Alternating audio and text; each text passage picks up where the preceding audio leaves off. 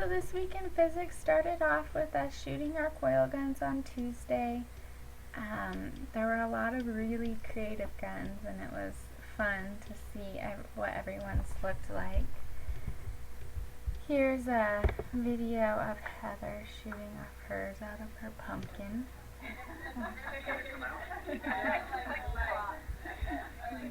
None of ours shot very far in our group, and a big reasoning for this that I believe is because of the gauge of the wire. We used a relatively large gauge, it's 20 gauge, and it might have even been the largest out of everyone in the class, and where it affected us was when we went to wrap the coil.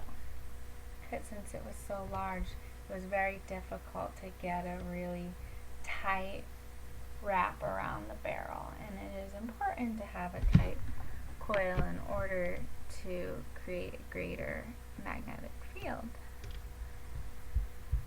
So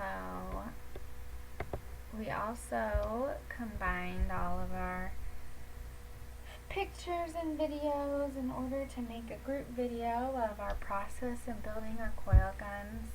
So in addition to all of the video I've shown in previous weeks about me building my coil gun, I also have some here with me explaining, let's see here, I think this one's the parts of the circuit board, but also explain the discharge and the charging of the capacitor.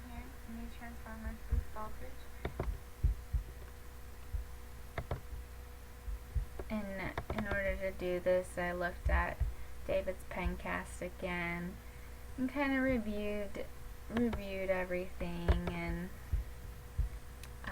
it really was interesting to learn more in depth about the flash circuit board. I know I've used a disposable camera hundreds of times in my life, and I've never realized that pressing the button is actually charging a capacitor, and that when the light comes on, that means the capacitor is fully charged and it's ready to go. And learning about the different parts of the circuit board, such as the transformer, how that boosts up the voltage, and it uses conductors in order to do this, as well as the transistor, which helps amplify the voltage, and all of these things that go into making the flash circuit board work.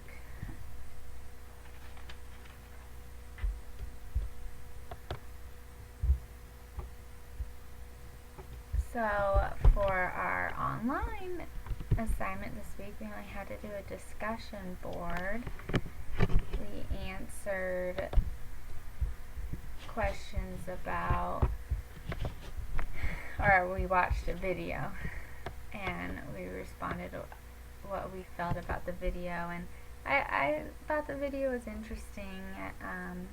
I do feel like our education systems aren't keeping up with how fast technology is moving, and we're not adequately using it in school, and I liked reading everybody's responses to this post.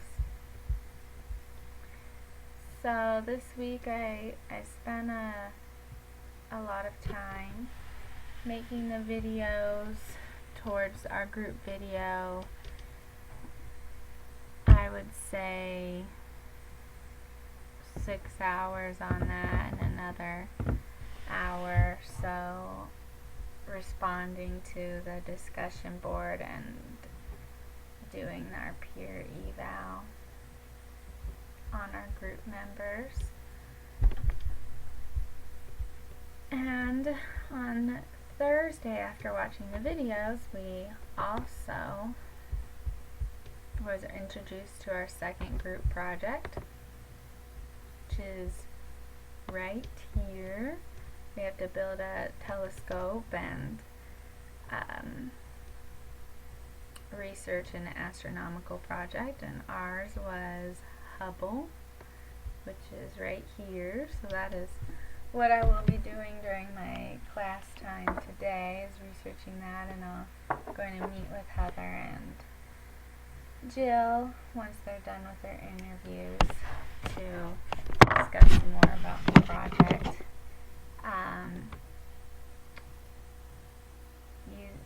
Through our coil gun projects, we definitely had to learn to work in a group. That's something that I can learn from this class, because I've never worked with group members who are so busy, myself included. We all have full-time jobs. We all have this class on top of that and other priorities. I know I have 2 jobs. Heather has a full class load, and Jill works beyond 40 hours at her one job. So I think that this project we will have to learn to communicate a little better, and knowing our schedules a little bit more, and I think that this project will be easier for us to work together since we learned from our last one the things that we need to change. So our interviews this week, a little bit nervous for that. We'll see how it goes, and I'll talk to you next week.